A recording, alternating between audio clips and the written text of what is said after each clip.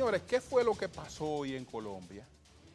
Había un plebiscito para conocer la opinión de los electores con relación al acuerdo de paz que el gobierno colombiano realizó con las FARC. Esta semana en Colombia se desarrolló un acto el pasado lunes que contó con la participación de 13 presidentes, del secretario general de la ONU, entre muchas personalidades.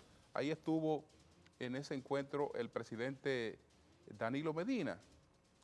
Y cuando comentábamos este encuentro aquí mismo en AN7 esta semana, decíamos que nos extrañaba que si había referéndum el domingo, pues la carreta se colocara por delante de los bueyes y entonces se celebrara el acto de la paz cuando todavía estaba pendiente la opinión del pueblo colombiano. Pero que políticamente eso se había hecho porque lo que se intentó esta semana fue con ese acto impulsar el sí. Usar ese acto como el cierre de la campaña del sí y llevar el mundo a decirle a Colombia, Colombia, este es tu camino, Colombia, por aquí es que tú tienes que marchar, Colombia, esto es lo que todo el mundo quiere para ti. Pero como decía en un Twitter esta noche, el corazón de la uyama solo lo conoce el cuchillo. Y resulta que los colombianos son los que han padecido a las FARC y ellos tienen serios cuestionamientos en relación con el acuerdo. Ellos quieren la paz, pero no quieren varios de los puntos que están contenidos en ese acuerdo, que el gobierno trató de disfrazar. ¿Cómo lo trató de disfrazar? En la pregunta por la que se votó hoy, en ningún momento se mencionaban a las FARC, sino que lo que se le preguntaba si usted está de acuerdo con el fin del conflicto y una paz estable y duradera. Claro que todo el mundo quiere fin de conflicto y una paz estable y duradera, pero como sabían que las FARC son muy impopulares en Colombia, no incluyeron a las FARC en la pregunta. Pero es más, el gobierno sabía tanto de la impopularidad de este acuerdo que el umbral de participación lo redujo a un 13%. Si ganaba el sí o ganaba el no, en ninguno de los casos estaría expresada la voluntad mayoritaria de los colombianos porque el umbral de participación es de apenas un 13% y un 13% no es representativo de la voluntad de un pueblo. Pero como sabían que eso tenía escasa popularidad, dijeron no, vamos a fijar un umbral en un 13%. Si el sí saca 4.300.000 votos, ganó, en caso de que el no saque más que el sí. Pero resulta que el sí alcanzó esa votación, pero el no la alcanzó superior. Todas las encuestas colapsaron. Cuando hicimos un análisis sobre ese proceso, le hemos estado dando seguimiento, hicimos un análisis en El Sol de la Mañana, en julio, el panorama era de derrota para el sí. Y lo hicimos basado en la encuesta de esta publicación a la que le damos siempre mucho seguimiento de la revista Semana, La Opinión y La Paz.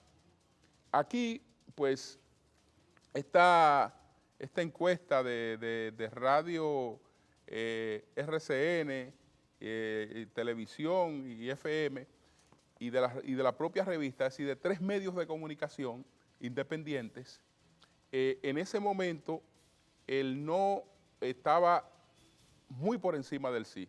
Pero después esta misma encuesta y otras encuestas proyectaron lo contrario. Esta semana todas las encuestas decían que iba a ganar el sí. Sin embargo, el sí perdió. ¿Qué cosas pueden explicarnos de inmediato la derrota del sí? Bueno, pues déjenme enseñarles solamente estos dos elementos. Mire cuál era la situación de la figura que estaba promoviendo el sí. El sí tenía una precariedad de liderazgo. Vean, esto es en el mes de julio.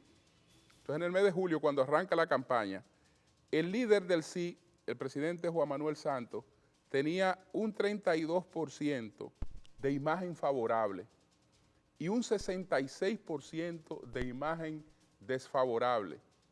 Todo lo que salga a promover una persona que la imagen desfavorable duplica la imagen favorable puede terminar con serios problemas. Otra explicación, él aquí, y esta publicación también es anterior. Vamos a ver, aquí hay otra explicación. Miren, los liderazgos, independientemente de la temática, estamos hablando del nivel de los liderazgos. El líder del sí, un presidente en un momento muy incómodo de su popularidad, con uno de los más bajos niveles de popularidad. Ahora, ¿quién encarnaba el no? ¿Quién era el líder del no? El líder del no es el político con la más alta valoración que tiene Colombia. Entonces, ya desde los propios promotores, desde los propios liderazgos del sí y el no, uno podía imaginarse qué podía pasar, pero por encima de esto está la voluntad de los colombianos, que se le intentó manipular, pero no fue posible manipularlos, porque los colombianos no conocen muchos detalles de las 267 páginas de ese acuerdo con las FARC que blindaban a los miembros de la FARC de cualquier proceso de extradición,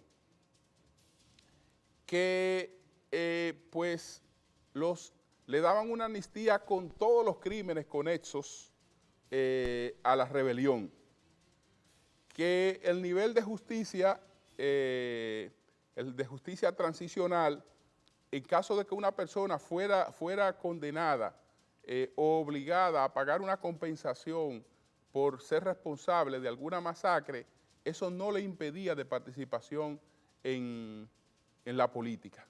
Entonces había una serie de cosas ahí que cuando se abría el paquete no era de la paz, porque ahora, ¿qué podemos decir nosotros?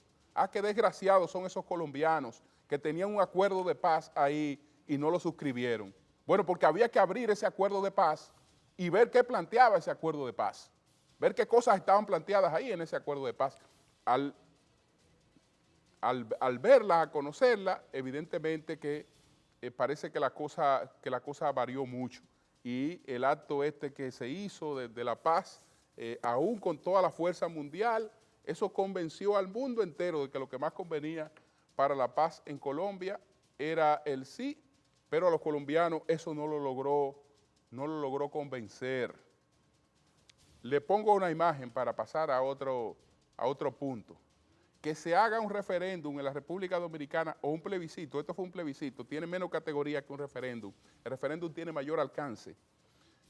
Que se haga un plebiscito en la República Dominicana o un referéndum sobre el tema de la integración con Haití.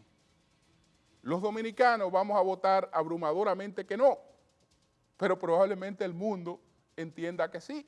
Ah, bueno, porque lo que conocemos nuestro problema, lo que tenemos nuestra carga encima y lo que sabemos que es lo que estamos sobrellevando somos los dominicanos.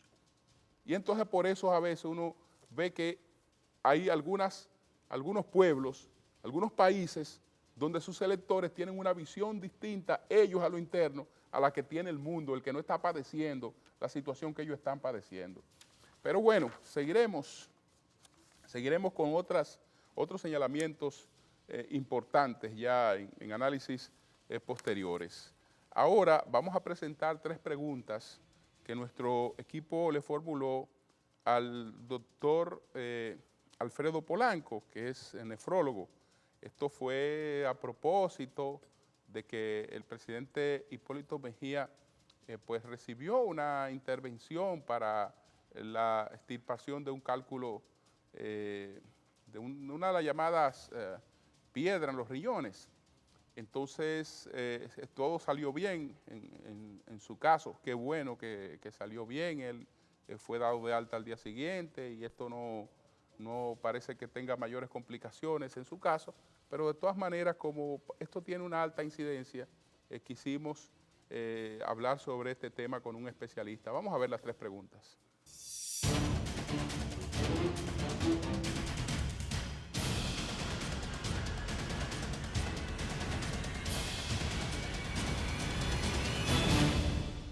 ¿Qué son los cálculos renales o las llamadas piedras en el riñón y cómo se forman? Bien, la formación de la piedra en los riñones es una patología bastante frecuente en República Dominicana y en Estados Unidos.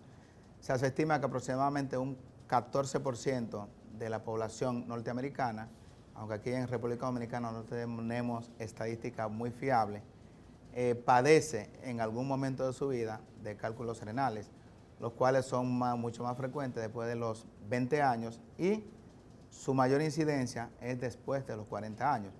Esta patología, todos sabemos, es más frecuente en el hombre que en las mujeres, aunque hay un tipo de cálculos que tiene mayor frecuencia en el sexo femenino, que son los denominados cálculos infecciosos. O sea, este tipo de cálculos que se presentan en mujeres secundarios a infecciones de vías urinarias a repetición son bastante peligrosos porque pueden desencadenar en una lesión o insuficiencia renal crónica en los pacientes. O sea, pueden deteriorar completamente el riñón, requerir que al paciente se le realice una nefrectomía. O sea, de ahí el peligro de los cálculos infecciosos. Están formados de calcio, fósforo, ácido úrico, de estrubita, o sea, que son de diferentes sustancias que están formados los cálculos. Y dependiendo de la formación de la sustancia, o sea, es importante nosotros saber, porque hay patologías que están asociadas a la formación de los cálculos. Por ejemplo, los pacientes que tienen problemas del tiroides o hiperparatiroidismo, con mayor frecuencia producen los denominados cálculos de calcio. Igualmente, con los pacientes que tienen trastorno del metabolismo del ácido úrico o de la purina, hacen los cálculos de ácido úrico. Por eso es que es importante que cuando una persona tiene cálculos, se examine ese cálculo y de ahí se le puede administrar un tratamiento para evitar la formación de esos cálculos, ya que un 50% de los pacientes que han tenido cálculos van a volver a tenerlo en algún momento de su vida. Y créanme que uno de los problemas más importantes de los cálculos renales es el denominado cólico nefrítico, que es cuando un cálculo desciende desde el riñón hasta uno de los uréteres, provocándole uno de los dolores más intensos. O sea, que el paciente dice, sobre todo si es hembra, que es el dolor que más se parece al dolor de parto. O sea, que es una situación bastante delicada, que muchas veces el diagnóstico es un poquito difícil de hacer, sobre todo cuando el paciente tiene un cólico nefrítico del lado derecho, ya que, por ejemplo, hay que hacer un diagnóstico diferencial con una colelitiasis, con una apendicitis, con divertículos, si es hembra, por ejemplo, con quistes a nivel de los ovarios. Y muchas veces hay pacientes que ha habido que operar de emergencia por un cálculo renal. O sea, que es una situación que conlleva a que aproximadamente un 1% de la población de los Estados Unidos que van a la emergencia sea por un cólico nefrítico. ¿Cómo influye la alimentación y cuál es la incidencia en la República Dominicana? Aquí no tenemos estadísticas bien claras, pero sí a nivel de Estados Unidos aproximadamente un 14% de la población, sobre todo hombres, o sea, 2 veces más en hombres que en mujeres, se presenta. Y en cuanto a los factores de riesgo, hay un factor importante que es el factor genético. O sea, ese factor nosotros no podemos evitarlo. El sexo masculino mucho más predominante, pero sí un problema que sí podemos evitar es la poca ingesta de agua. O sea, a mayor cantidad de agua, menos incidencia de la formación de cálculos, ya que, por ejemplo, pacientes que ingieren poca cantidad de líquidos son más formadores de cálculos. O sea, aunque usted tenga el factor genético, si usted ingiere por lo menos 3 litros de agua en 24 horas, es difícil que se forme un cálculo. Ahora bien, pacientes que tienen los factores genéticos para la formación de estos cálculos e ingieren poca cantidad de líquido, por ejemplo, sobre todo en las universidades, todos estos estudiantes que tenemos acá, que toman poco líquido, menos de 1 litro en 24 horas, o sea, son personas muy susceptibles a la formación de cálculos renales. O sea, que es importante la alimentación, la dieta, aumentar la cantidad de líquidos. Igualmente, para la formación de los cálculos infecciosos o cálculos de estruvita, que son bastante peligrosos porque pueden destruir completamente el riñón, también es importante la cantidad de líquidos, ya que si ingieren o si ingerimos una mayor cantidad de líquidos, vamos a tener menos procesos infecciosos, infecciones de vías urinarias a repetición, y por ende menos formación de cálculos de estruvita. O sea que la ingesta de líquido en sentido general es el factor más importante para la disminución de la formación de cálculos renales. En el caso de una persona sometida a cirugía, ¿puede haber reincidencia? Claro, es importante que sepan que aproximadamente el 90% de los cálculos se eliminan de forma espontánea. O sea, el paciente no tiene que ser sometido a cirugía. Hay otros cálculos que son de mayor tamaño que ya el paciente puede ser sometido a una litotripsia, o sea, que es cuando el cálculo se destruye por ondas de choque. Es un procedimiento un poquito costoso, pero muy efectivo. Y en cuanto a las otras modalidades de cirugía, no importa cuál sea el tipo de procedimiento que se utilice para la eliminación del cálculo, siempre hay un 50% de posibilidades de que ese cálculo vuelva. O sea que por eso es importante, como dije anteriormente, que toda persona que ha tenido cálculos renales debe de mantener una buena hidratación para evitar la recidiva de esos cálculos renales.